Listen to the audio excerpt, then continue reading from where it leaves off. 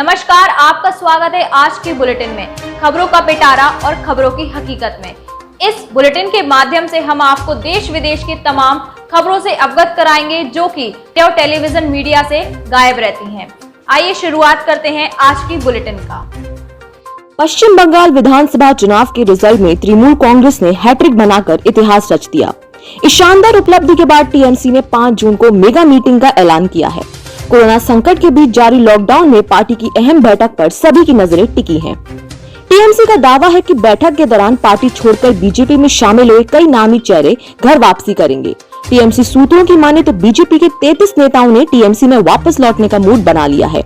इनमें से अधिकांश नेताओं ने चुनाव के पहले और दौरान बीजेपी का थामन था। कुछ ने बीजेपी की टिकट पर चुनाव भी लड़ा था। पश्चिम बंगाल विधानसभा चुनाव के नतीजों के बाद शनिवार को टीएमसी की पहली मेगा मीटिंग होने जा रही है। इस मीटिंग में पार्टी में बड़े फेरबदल का दावा भी किया जा रहा है।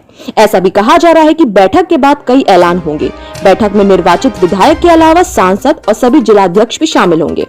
सुखेंदु शेखर सांसद टीएमसी की शनिवार की दोपहर 3 बजे पार्टी मीटिंग है। उनमें कुछ मुद्दों पर बात की होगी। अब किसी को भी शामिल करने से पहले बहुत सारे सवालों के जवाब तलाशे जाएंगे। जो आना चाहते हैं वो पार्टी छोड़कर क्यों गए, वो वापसी क्यों चाहते हैं, क्यों वो बीजेपी की साजिश तो नहीं। ऐसे तमाम सवालों के जवाब मिलने के बाद ही पार्टी निर्णय लेगी कि किसी को शामिल करना है या नहीं। बीजेपी के कई नेताओं के टीएमसी में शामिल होने के दावे को प्रवक्ता शमिक भट्टाचार्य ने सिर्फ अफवाह करार दिया है।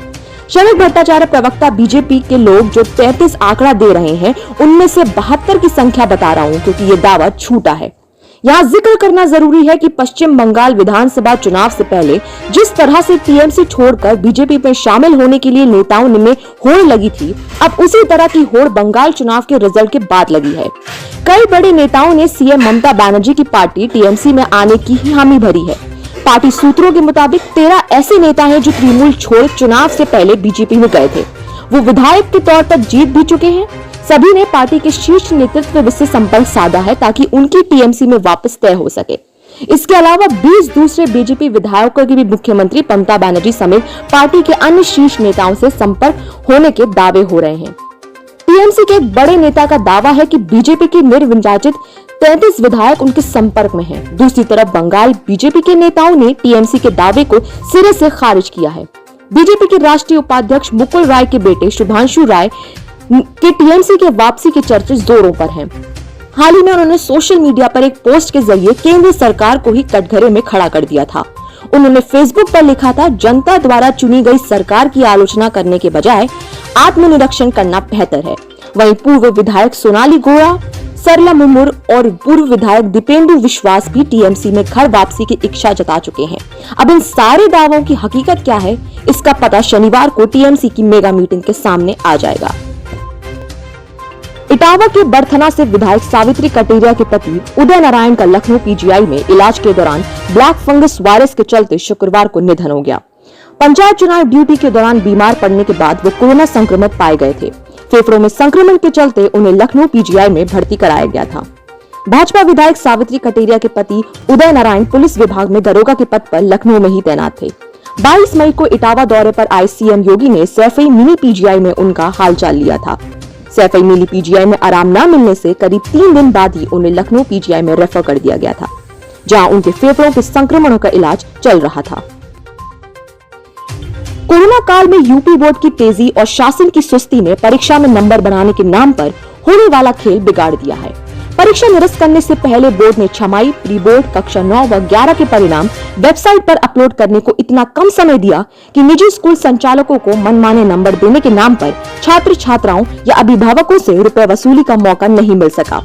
परीक्षा निरस्त करने में शासन की सुस्ती के कारण भी नकल माफिया कुछ समझ नहीं सके। हर साल हाई स्कूल और इंटर की बोर्ड परीक्षा में नकल कराने से मूल्यांकन तक में जकमर वसूली का खेल चलता है। यहाँ तक कि रुपए लेकर कमजोर छात्र की कॉपी मेधावी छात्र की कॉपी तक से बदल दी जाती है। 21,000 से अधिक प्राइवेट स्कूलों में अधिक शिकायत आती है, लेकिन इस साल नकल माफियाओं को मौका नहीं मिल पाया। 17 मई को बोर्ड सचिव दिव्यांग शुक्ल ने हाई स्कूल की छमाई और प्री बोर्ड परीक्षा के परिणाम 24 घंटे में वेबसाइट पर अपलोड करने के निर्देश दिए थे। हालांकि बाद में 2 दिन का और मौका दे दिया। इसी प्रकार हाई स्कूल और इंटर के छात्रों से संबंधित सूचनाएं अपलोड करने के लिए 3-4 दिन का ही मौका दिया है। इतने कम समय में स्कूल संचालक कोई खेल नहीं कर सके। नाम न छापने की शर्त पर बोर्ड के अफसरों ने स्वीकार किया कि सूचनाएं उपलब्ध कराने को कम समय इसलिए दिया गया ताकि वसूली न हो। मान्यता के लिए 30 जून तक ऑनलाइन आवेदन। यूपी बोर्ड से मान्यता के लिए ऑनलाइन आवेदन की अंतिम तिथि 30 जून तक बढ़ा दी गई है। विशेष सचिव उदय भानु त्रिपाठी ने कोविड के दृष्टिगत बिना शुल्क आवेदन की तारीख 15 मई से बढ़ाकर 30 जून का कराने का आदेश गुरुवार को शिक्षा निदेशक और सचिव यूपी बोर्ड को भेजा है। पाकिस्तानी एक्टिविस्ट और नोबेल शांति पुरस्कार विजेता Malala Yousafzai British fashion magazine Vogue के कवर पेज पर नजर आईं, जो चर्चा का विषय बन गया है। लेकिन बात यही खत्म नहीं होती। मैगजीन को दिए इंटरव्यू में मलाला ने राजनीति, शिक्षा, संस्कृति से लेकर व्यक्तिगत जिंदगी पर खुलकर बात की है। लेकिन शादी को लेकर उन्होंने जो बातें कही वे बहुत से पाकिस्तानियों को नागवार गुजरा है और अब सोशल मीडिया पर इसको लेकर बहस छिड़ गई है। जीवन साथी के लिए शादी को गैर जरूरी बताते हुए मलाला ने कहा, मैं अभी भी नहीं समझ पाई हूँ कि लोग क्यों शादी करते हैं। यदि आप किसी को अपनी जिंदगी में चाहते हैं तो आपको शादी के पेपरों पर साइन करने की क्या जरूरत है? ये सिर्फ एक पार्टनरशिप क्यों नहीं हो सकती? मलाला के इस बयान पर पाकिस्तान में हंगामा मच गया है। सोशल मीडिया पर पाकिस्तानी यूजर्स उनकी जमकर आलोचना कर रहे हैं और युवाओं के मस्तिष्क को दूषित करने का आरोप भी लगा रहे हैं। बहुत से लोगों ने कहा है कि उनका ये गैर जिम्मेदाराना बयान इस्लाम की मान्यताओं के भी खिलाफ है। वहीं कुछ लोग ने कहा कि वे पश्चिमी सभ्यता की नकल कर रही हैं। बाबा रामदेव ने फार्मा कंपनियों के खिलाफ अपनी लड़ाई की धार तेज कर दी है। उन्होंने कहा है कि वे सोमवार से फार्मा कंपनियों की पोल खोलेंगे। वे पहले से ही कह रहे हैं, उनकी जो मर्जी वो कर लें। बाबा ने कहा कि दवा ही नहीं, टेस्ट और ऑपरेशन माफिया भी है जो मरीजों को लूट रहे हैं। योग शिविर में शुक्रवार को साधकों को योगासन कराते हुए स्वामी रामदेव ने कहा कि उनकी लड़ाई गलत काम करने वालों के खिलाफ है। उन्होंने कहा कि वे अपने फेसबुक और ट्विटर अकाउंट पे जेनेरिक दवाओं की लिस्ट डालेंगे जो मात्र 2 रुपयों की बिकती है। वहीं ब्रांडेड कंपनी की वही दवाएं कई गुना महंगी बिकती हैं। कुछ बुरे डॉक्टर महंगी दवाओं को मरीजों के पर्चे पर लिखते हैं। स्वामी रामदेव ने आरोप लगाया है कि ब्रांडेड कंपनियों की दवाएं लिखने वाले डॉक्टर कमीशन खाते हैं। जेनेरिक दवाएं न लिखकर उसकी सॉल्ट की महंगी दवाएं लिखते हैं। इनका इस खेल को बंद करवाने के लिए कोर्ट भी जाऊंगा। आईएमए वालों की पैंट में दिखती है इम्यूनिटी। स्वामी रामदेव ने कहा कि कोरोना के साथ इम्यूनिटी बढ़ाने वाला पैंट भी आ गया है। पैंट में आईएमए वालों को इम्यूनिटी दिखती है, लेकिन कोरोनिल और कपाल भारती में इम्यूनिटी नजर नहीं आती है। स्वामी रामदेव ने कहा कि रुद्राक्ष और तुलसी की माला पहनने पर भी कुछ लोग सवाल उठाते हैं। उन्होंने कहा कि हम किसी की टोपी और क्रॉस पहनने पर सवाल नहीं उठाते हैं, तो हमसे रुद्राक्ष और तुलसी की माला पहनने पर क्यों पूछा जाता है? उन्होंने कहा कि माला पहनने का अपना विज्ञान है। मध्य प्रदेश में इन दिनों सोशल मीडिया पर एक वीडियो तेजी से वायरल हो रहा है, जिसकी वजह से राज्य में सियासी भूचाल मच गया है। इस वीडियो में टीकमगढ़ जिले से भाजपा विधायक राकेश गिरी प्रभारी मंत्रियों के सामने एक शख्स पर राज्यसभा सांसद ज्योतिरादित्य सिंधिया के नाम पर वसूली करने का आरोप लगा रहे हैं।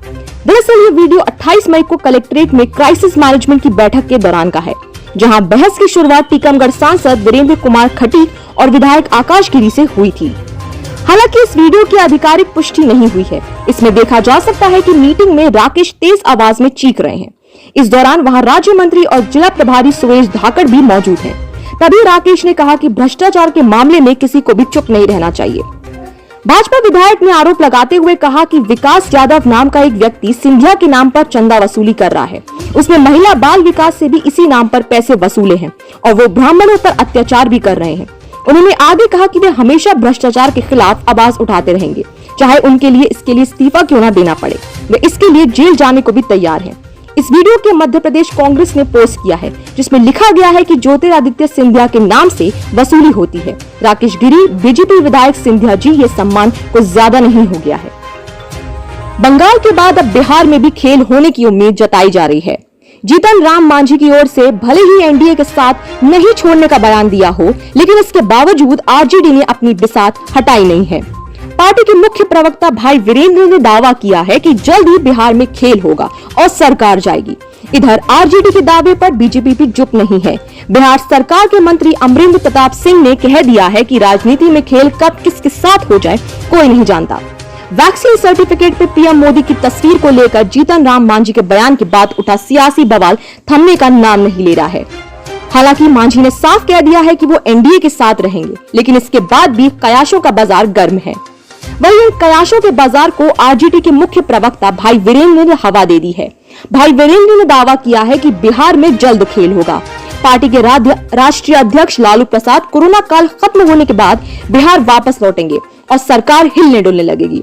भाई वीरेंद्र ने कहा है कि बीजेपी के एमएलसी ने जो आरोप लगाए हैं, नीतीश कुमार को उसका जवाब पब्लिक डोमेन में जाकर देना चाहिए, क्योंकि हमारे नेता पे लगे आरोपों पर भी नीतीश कुमार ने उन्हें पब्लिक डोमेन में जाकर जवाब देने की सलाह दी थी। आरजेडी के प्लान मिशन सरकार गिराव की भनक बीजेपी को भी है। शायद यही वजह है कि पार्टी ने भी अंदर ही अंदर अपनी फील्डिंग टाइट कर दी है। पार्टी के वरिष्ठ नेता बिहार सरकार के मंत्री अमरिंदर प्रताप सिंह ने कहा है कि आरजेडी के बयान पर वो ज्यादा कुछ नहीं बोलेंगे, लेकिन इतना जरूर है कि ये राजनीति है, खेल कब किसके साथ हो जाए ये कहा नहीं जा सकता। इधर आरजेडी के दावे के साथ कांग्रेस भी खड़ी नजर आ रही है। पार्टी की मीडिया विभाग के चेयरमैन राजेश राठौर भी कहते हैं कि बिहार में खेल तो होगा, एनडीए सरकार में सब कुछ ठीक ठाक नहीं चल रहा है। राजेश राठौर ने कहा है कि नीतीश कुमार कितनी जिल्लत झेल कर बीजेपी के साथ बने रहते हैं, ये देखना होगा। यहाँ पार्टी के नेता से लेकर अध्यक्ष तक उन पर हमला बोल रहे हैं। इससे ज्यादा सहज तो नीतीश महागठबंधन के साथ थे और फैसला नीतीश कुमार को लेना है। बता दें कि ये कोई पहला मौका नहीं है जब आरजेडी की ओर से बिहार में सरकार गिराने का दावा किया जा रहा है। इससे पहले मकर संक्रांति के वक्त खरमास खत्म होने के बाद सरकार गिरने का दावा किया जा रहा था। साथ ही विधानसभा में विधेयक को लेकर बहुमत के मसले पर आरजेडी अध्यक्ष लालू प्रसाद यादव का एक कथित ऑडियो भी सांसद सुशील मोदी ने जारी किया था। इसमें लालू प्रसाद बीजेपी के एक विधायक को मैनेज करते नजर आ रहे थे। हालांकि जेडीयू को महागठबंधन के दावे में दम नजर नहीं आ रहा है। पार्टी के नेता पूर्व मंत्री नीरज कुमार ने कहा है कि अपने कारित मुजरिम नेता को खुश करने के लिए आरजेडी वाले इस तरह का बयान दे रहे हैं। हम कोविड से जंग लड़ रहे हैं और आरजेडी के लोग सत्ता के लिए जंग लड़ रहे हैं। पंजाब के सियासी संकट के बीच राज्य के मुख्यमंत्री कैप्टन अमरिंदर सिंह शुक्रवार को कांग्रेस की 3 सदस्यीय समिति के सामने पेश हुए। इस दौरान उन्होंने खुद पर लगे आरोपों का जवाब दिया। बताया जाता है कि कैप्टन सरकार और संगठन में किसी भी तरह के फेरबदल के लिए तैयार है, लेकिन सत्ता को 2 ध्रुव उन्हें मंजूर नहीं है। बैठक के बाद कैप्टन ने कहा कि राज्य में 6 महीने में विधानसभा का चुनाव है और ये बैठक उसी सिलसिले में आंतरिक चर्चा के लिए बुलाई गई थी। समिति 3-4 दिनों में अपनी रिपोर्ट कांग्रेस अध्यक्ष सोनिया गांधी को सौंपेगी। कांग्रेस सूत्रों का कहना है कि बैठक का एजेंडा दरअसल कैप्टन अमरिंदर सिंह और नवजोत सिंह सिद्धू के बीच मतभेद को पाटने के लिए था। जिस समय कैप्टन के साथ चर्चा हो रही थी, उस वक्त राहुल और प्रियंका गांधी वाड्रा भी वीडियो कॉन्फ्रेंसिंग के जरिए चर्चा से जुड़े थे। 3 घंटे तक चली बैठक में कैप्टन ने समिति के सदस्यों को विधायकों और नेता द्वारा खुद पर लगे आरोपों का जवाब दिया। मुख्यमंत्री अपने साथ दस्तावेजी प्रमाण लाए थे, जो विधायकों और पंजाब कांग्रेस के नेताओं के काम कराने के सबूत थे। कांग्रेस नेता और समिति के एक सदस्य हरीश रावत ने कहा कि सोनिया गांधी 2-3 दिनों के लिए बाहर है, इसलिए बैठक की पूरी रिपोर्ट 3-4 दिन बाद पार्टी अध्यक्ष को सौंपा जाएगा। 3 सदस्य समिति में रावत के अलावा मल्लिकार्जुन खड़गे और जेपी अग्रवाल भी शामिल हैं। इससे पहले सोमवार को समिति ने पहली बैठक में पंजाब के 25 विधायकों से मुलाकात की थी। समिति के एक सदस्य ने कहा कि शुक्रवार की बैठक पार्टी की पंजाब इकाई के झगड़े को सुलझाने के लिए आखिरी बैठक थी। समिति ने 5 दिनों में पंजाब के 100 से अधिक नेताओं और विधायकों का पक्ष जाना। मंगलवार को समिति के सदस्यों के साथ बैठक में नवजोत सिंह सिद्धू ने कहा था कि उन्होंने पार्टी के शीर्ष नेतृत्व तक पंजाब की सच्चाई और अपनी बात मजबूती से पहुंचा दी है। उन्होंने बैठक के बाद मीडिया कर्मियों से बातचीत में कहा था कि मैं हाई कमान के बुलावे पर आया हूं और पंजाब के लोगों की बात नेता तक पहुंचा दी है। पंजाब को लेकर नेतृत्व ने जिस तरह की कयावत की, उसे लेकर 5वें दिन तक बात बनने से अधिक बिगड़ने का खतरा बढ़ गया था। दरअसल कैप्टन खेमे ने को मुख्यमंत्री को मुसाफाई देने के लिए बुलाने को मुख्यमंत्री की वरिष्ठता और सम्मान से जोड़ दिया। हालांकि कैप्टन ने कमेटी के सामने पहुंचकर अपना पक्ष रखने का फैसला किया। कैप्टन ने कमेटी के सामने स्पष्ट किया कि उन पर अकालियों का समर्थन का आरोप लगाया जा रहा है, जबकि वे लगातार उनके निशाने पर रहे हैं। अफगानिस्तान में सेना द्वारा दक्षिणी हेलमंद प्रांत में तालिबान लड़ाकों को निशाना बनाकर शुक्रवार को किए गए एक हवाई हमले में कम से कम 20 लोगों की मौत हो गई, जिनमें से कुछ नागरिक भी शामिल हैं। ये हवाई हमला एक पर्याप्त सैन्य अड्डे के भीतर किया गया। अभी हमला स्थल और मृतकों की संख्या को लेकर अलग अलग बयान आ रहे हैं। ये हमला ऐसे समय में किया गया जब अमेरिकी सेना और नाटो बल इस युद्धग्रस्त देश से बाहर जाने की तैयारी पूरी करने वाले हैं और ऐसी चिंताएं पैदा हो रही हैं कि अफगानिस्तान में इसके बाद फिर से हिंसा का दौर शुरू हो जाएगा। सेना ने कहा कि उनसे प्रांत के नाहर सराज जिले में तालिबान पर हमला किया गया क्योंकि ये अड्डे से हथियार और आयुध लूट रहे थे। बयान में बताया गया कि 20 तालिबान लड़ाकों की मौत हुई और कुछ नागरिक भी मारे गए जो कि लूट में आतंकवादियों के साथ शामिल थे। वहीं तालिबान के प्रवक्ता ज़ैबुल्लाह मुजाहिद ने आरोप लगाया कि अफगान सेना ने नागरिकों पर हवाई हमले किए हैं। फेसबुक ने अमेरिका के पूर्व राष्ट्रपति डोनाल्ड ट्रंप के अकाउंट को 2 साल के लिए निलंबित कर दिया है। फेसबुक ने कहा है कि वह अमेरिका के पूर्व राष्ट्रपति डोनाल्ड ट्रंप के अकाउंट को 2 साल के लिए निलंबित कर रहा है, क्योंकि इसकी जांच में यह पाया गया कि 6 जनवरी को कैपिटल बिल्डिंग पर हमले से पहले उन्होंने हिंसा को बढ़ावा दिया था। बता दें कि फेसबुक ने ट्रंप के अकाउंट को कंपनी ने 6 जनवरी को अनिश्चित काल के लिए बंद कर दिया था, जिससे ट्रंप आप अपने अकाउंट पर कोई पोस्ट नहीं कर सकते थे। जनवरी में जब फेसबुक ने ट्रंप के अकाउंट को बंद किया था, तब उसने अपने इस कदम के पक्ष में यूएस कैपिटल में हिंसा और भड़कने का हवाला दिया था। एफबी ने कहा था कि उसने ट्रंप के किसी भी पोस्ट के लिए खबर योग्य छूट नीति का इस्तेमाल नहीं किया है। फेसबुक ने हालांकि इस संबंध में टिप्पणी से इनकार किया था। फेसबुक के उपाध्यक्ष निक क्लैग ने एक पोस्ट में शुक्रवार को कहा कि इस अवधि के अंत के बाद यह आकलन करने के लिए विशेषज्ञों का सहारा लिया जाएगा कि सार्वजनिक सुरक्षा के जोखिम कम हुए हैं या नहीं। फेसबुक के मुख्य कार्यकारी अधिकारी मार्क जुकरबर्ग ने इस विवादित नीति को भी खत्म करने की योजना है, जिसमें नेता स्वतः ही घृणा अपराध के नियमों से बच जाते थे। कंपनी ने कहा कि यह नीति ट्रंप पर भी कभी भी लागू नहीं की गई थी। फेसबुक अपने सीईओ मार्क जुकरबर्ग के समर्थन वाली उस विवादास्पद नीति को खत्म करने की योजना बना रहे हैं, जिसमें सोशल नेटवर्किंग साइट पर नेताओं को कुछ निश्चित नियमों से छूट दी गई थी। मीडिया में आई खबरों में इस बारे में बताया गया। इस नीति के पक्ष में कंपनी की दलील है कि नेताओं के बयान स्वाभाविक रूप में से खबर के लायक और जनहित में होते हैं, फिर चाहे वे आक्रामक, धमकी भरे या विवादास्पद क्यों न हो। पूर्व राष्ट्रपति डोनाल्ड ट्रंप के अकाउंट के साथ क्या करना है, सोशल मीडिया कंपनी इस पर विचार कर रही है।